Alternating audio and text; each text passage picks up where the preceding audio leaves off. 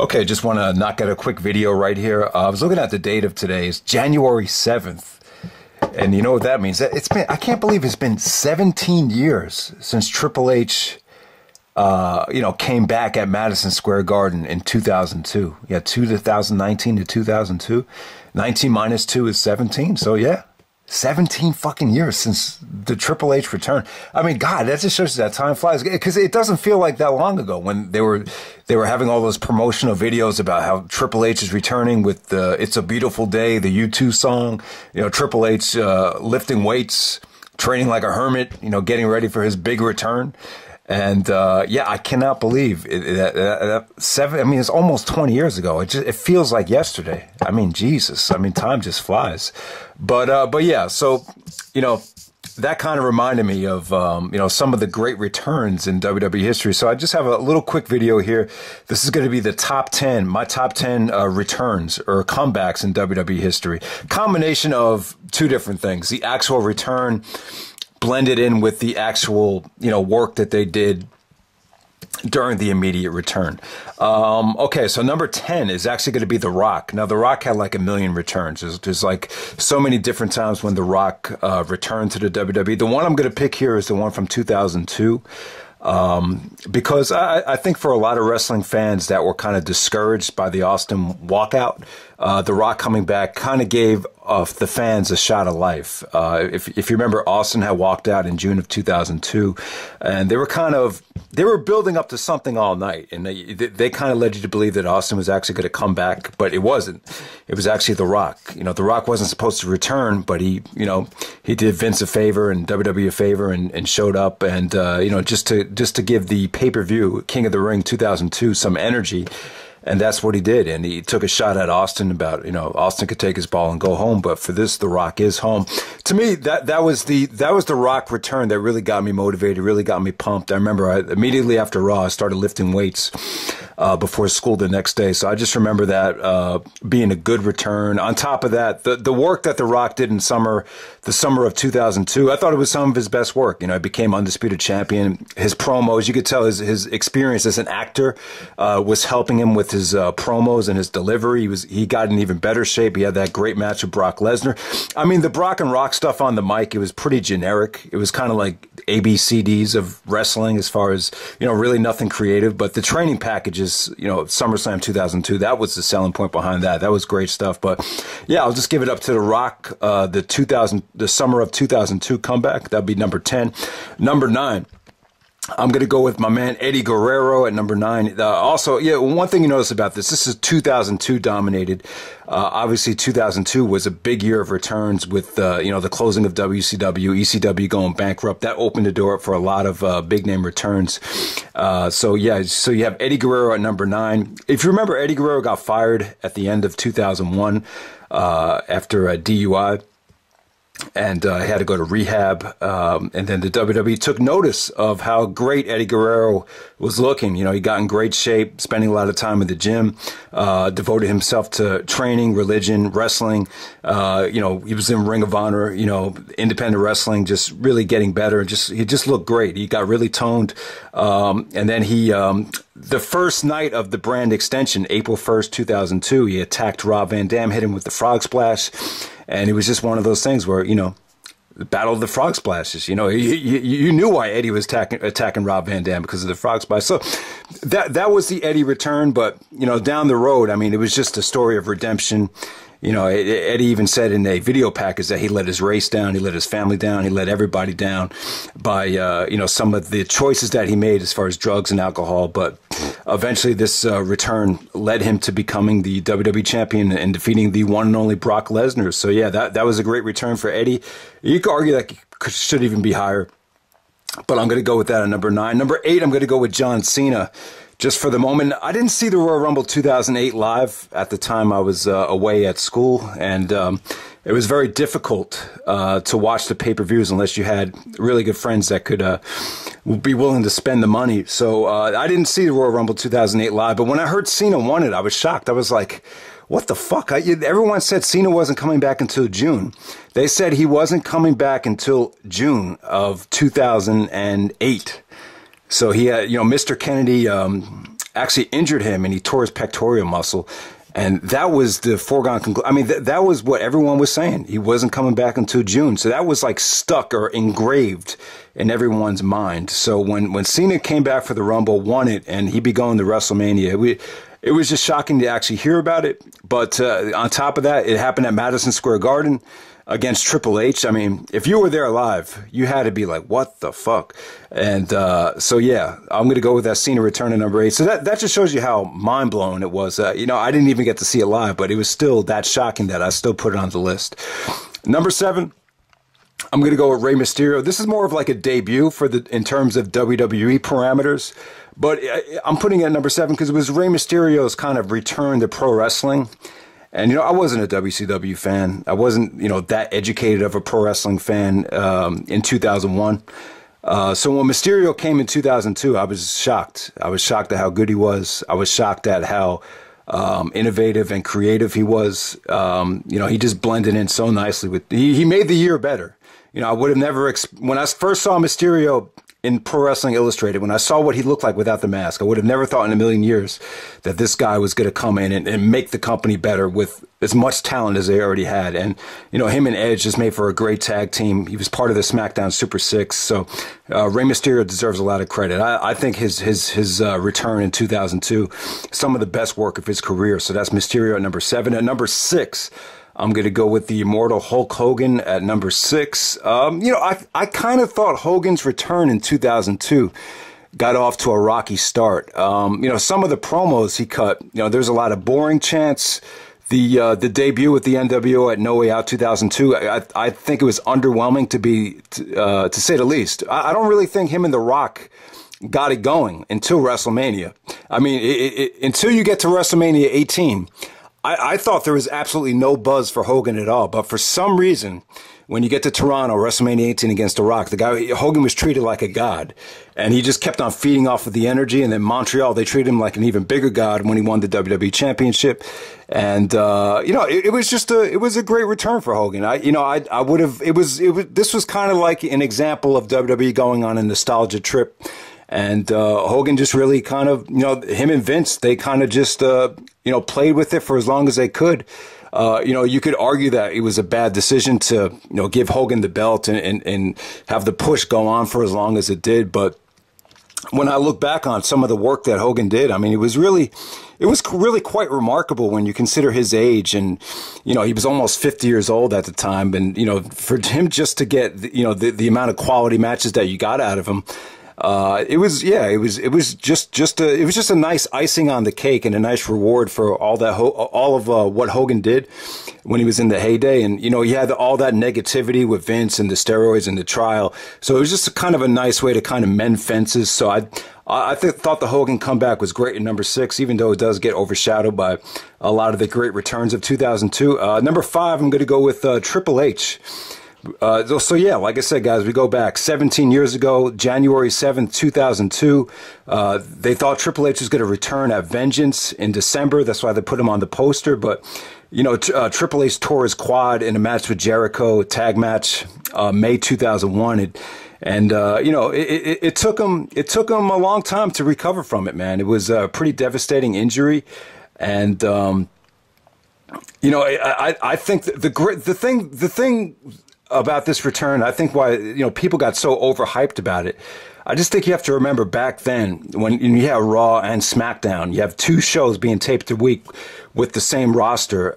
If someone was there for, you know, years and years and years like Triple H was, and then all of a sudden they're not there anymore, it was kind of like you're missing like a family member. I mean, if when you think about it, when you think about how impactful the WWE television product was back in the day. And for Triple H not to be there for 8 months, you really missed him. And then there's just little things that Triple H did to kind of, you know, reinvent himself and make this return even bigger.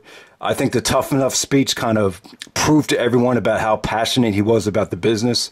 On top of that, you know, the WWE just did such a great job of building up the return, with Triple H returning as a babyface, with, you know, him working out with the U2 song. And, you know, everyone, I mean, Triple H was treated like a god that night. You know, he really didn't even have to say anything.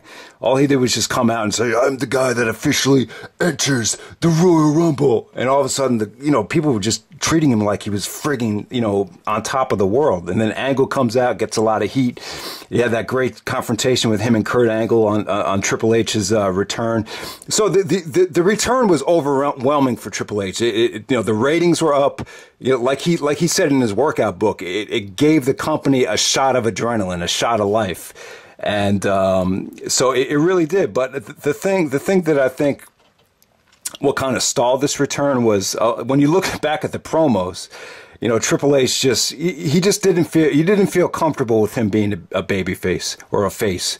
It just, there's a lot of, when you watch some of these promos back, there's a lot of awkward, you know, Triple H promos there. And, you know, it wasn't until he turned heel where, you know, he started to hit his stride again. But, you know, and the other thing was, like, when you look at Triple H's popularity from WrestleMania 18 to WrestleMania 19, I think a lot of the politics and a lot of the deterioration of match quality kind of hurt his status as a you know, superstar, especially with smart marks as well. So there's a lot of mixed feelings on the Triple H return. You could argue that he was never great in the ring again. You could argue that the promos sucked.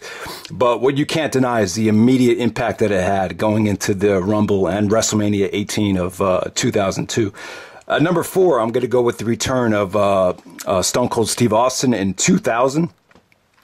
He returned at Unforgiven 2000. You know, basically when he returned on that pay-per-view, he just stunned the crap out of Shane McMahon and also Steve Blackman. He was just trying to find out who ran him over. So, you know, I think the immediate Austin return was kind of forced. You know, I think there was just a lot of... you know, it was kind of like a whodunit storyline with Austin just, you know, stunning everybody, including Mick Foley. And then eventually it was Triple H that was the one that ran him over, Triple H and Rikishi. So you had that whole storyline there. But, you know, to me, the return, I put it on the list because of what Austin did by turning heel. You know, I just thought it was a great story how, you know, he's not, you know, what he used to be. You know, he couldn't defeat the guy that tried to run him over. So, bam, I'm going to join with him and turn heel. I just thought that was a great story. And then on top of that, when Austin, you know, joined the Invasion, or when the Invasion started, Austin turned heel again and, you know, ditched Vince for WCW and the Alliance. I just feel like, you know, he reinvented himself and became the greatest heel of all time. I still think this is the most engaging year of all time. I'm just a huge fan of Austin's heel turn. And, you know, I think he would even say that it kind of got off to a rocky start. But it's one of those examples where you kind of take something, flip it, reinvent yourself, and then you're creating a masterpiece by going in the opposite direction. And I think that's what Austin did there. So I'll put that at number 4. At number 3, I'm going to go with Chris Jericho. The return in 2007, leading up to the heel turn in 2008. I thought the Jericho heel, you know, the initial return kind of got mixed reactions. I've had friends that I've met on YouTube that have said that it was embarrassing, that it was a joke, that it was the worst return ever. You know, Jericho looked like a Backstreet Boy or whatever. So, you know, I didn't think it was that bad. I thought some of the insults to Randy Orton were pretty cool. It started off with Jericho, you know, attacking Orton. That's how Jericho returned. But you know, it's kind of like the Austin thing where he had to kind of reinvent himself. And you know, I put the whole heel turn as part of the actual return. You know, when he turned heel on Shawn Michaels for being a liar and a hypocrite, and you know, he did the same thing to the fans as well.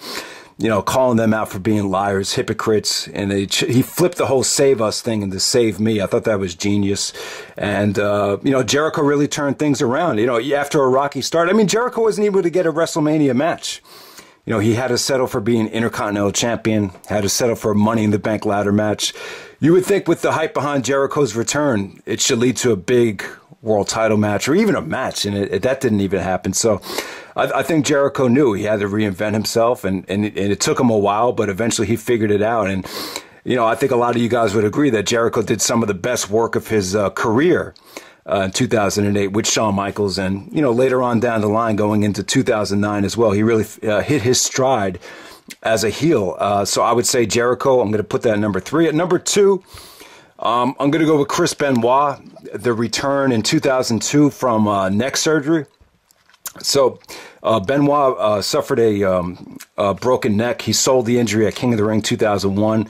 The injury kept him out over a year. He didn't officially return until May 27, 2002, the night that Van Dam and Eddie had that tremendous ladder match, and then Benoit and Eddie Benoit turned heel, sided with Eddie, and they took out Austin. Revenge for Austin breaking his neck at King of the Ring 2002. That was an awesome Raw. Definitely check out that moment if you haven't checked out Benoit's heel turn. But to me, it's a man, this return. I think it definitely coincides with the tragedy. I think Benoit had a lot of serious things going on there with the training and a lot of the side effects to the injury. I think it took its toll on him. One thing I want to point out, though, I probably said this before in an older video, but I want to kind of illustrate how I like to see someone do a movie about Benoit and Eddie. Like a behind the scenes of what they went through to train and to, get their bodies to the level that, Vince wanted them at, because I think there's just a lot of pressure on pro wrestling to look a certain way, to wrestle a certain way. And I think it took its toll on both Benoit and Eddie. But I remember around WrestleMania 18, they had a show called WWF Excess. It was with Trish. And eventually, when Trish got healthy, it was taken over by Terry Runnels and the coach, and they had Benoit on. And when Benoit appeared, it was like, wow, like he just doesn't look in shape. Like he just, I'm just like, how is this guy going to be ready? I mean, you could just tell he was out of shape. Obviously he couldn't train because of the neck injury, but basically, what I'm trying to say is you could definitely see a side effect to not training with probably a lot of steroid abuse. And then bam, like 2 months later, you see when Benoit comes back on Raw in his hometown of Edmonton, the guy looks like Superman. So I'm like, how do you get in that great a shape in under 2 months? It's like, I don't know, man. But whatever he was doing, the guy must have just lived in the gym. But bottom line is when Benoit came back from the next injury, you would expect to see some sort of deterioration. Maybe Benoit would start wrestling a little bit smarter, but no, it wasn't to be. The guy just was a machine. When he came back, he just went on a tear.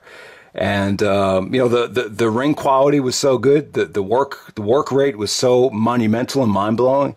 He got even more aggressive. Vince even started calling him ruthless aggression or toothless aggression. That's what they branded Benoit as, and eventually it led to him, winning the world title at WrestleMania 20, the biggest show in the history of the business. So I got to put that Benoit return at number 2. A lot of you guys probably think I'm biased because I'm a huge fan of the guy in the ring, but you have to admit, usually you would see a side effects of deterioration or, naturally after someone gets injured, you would expect them to take, dial it back a bit and become a little bit smarter or a little bit safer, kind of like Austin did. Austin didn't, he became more of a fundamentalist when he turned heel. He kind of changed his style. And offensively, I think you would agree. But Benoit, man, he went balls to the wall. He went even harder. And it probably did have its side effects, but you can't deny the work that Benoit did when he came back. A lot of people would agree he got even better. So I'm going to put him at number 2. At number 1, I'm going to go with Shawn Michaels. Now the initial return was kind of underwhelming. It's kind of all right, are they just doing this to get ratings? Basically, Shawn Michaels comes. It wasn't even the main segment. Kevin Nash just said there's a secret member of the NWO, and it's Shawn Michaels, and they just dance in the ring. So all of a sudden, Shawn Michaels is just part of the NWO, basically just being like a manager, just kind of talking trash to Booker T. I think they kicked Booker T out. He was talking trash to X-Pac and Big Show. So you didn't really know where this was leading to. And then eventually, you know, I guess they, you know, they talked Shawn into wrestling, and Shawn wanted to have a match with Vince, ended up being Triple H. You know, that stuff was well documented. But, you know, when they convinced Shawn to wrestle at SummerSlam 2002, I don't think anyone knew what to expect. But, you know, when it happened, it was just, you know, you guys know, it was just magic. I don't think anyone expected Shawn to ever wrestle again. And then when he does, and when you combine it with, you know, the WWE production values and the video packages being at an all-time high, it just, you know, the blending of the two fences with the WWE's promotion and Shawn's work rate, it just made for a great combination. And, yeah, I mean, Shawn, you know, Shawn coming back from 2002 to 2010, you know, not really a full-time wrestler, but, you know, the Shawn's return, you could argue that it, you know, it produced even more incredible, monumental matches than his initial run in the WWE. So it was that good. Now, you could argue that Shawn coming back kind of hurt, you know, maybe guys like CM Punk and Rob Van Dam and some of the younger talent that was trying to make a name for themselves. You know, there's debate. You could debate that Shawn is somewhat of a politician, somewhat of a hypocrite, but, you know, but you can't knock what Shawn did in the ring. I mean, the guy was just amazing. And who would have thought, you know, a lot of people thought Shawn had a broken back. You know, he suffered a herniated disc with that match with The Undertaker. You know, you know, initially you thought Shawn would never wrestle again, but, you know, taking those 4.5 years off to heal, I think it did wonders for him. And, you know, he just came back with a bang. And, you know, I'm still kind of like shocked that the Michaels return ended up being as good as it was, but, you know, he kind of earned that reputation of being like, you know, if you don't want to bet against anyone, it'd be Shawn Michaels. I think Kevin Nash said that. So yeah, so Shawn Michaels would be my #1 guy. So hope you guys enjoyed the video. Hope you enjoyed the list. Let me know if I left anybody off, and see you next time. All right.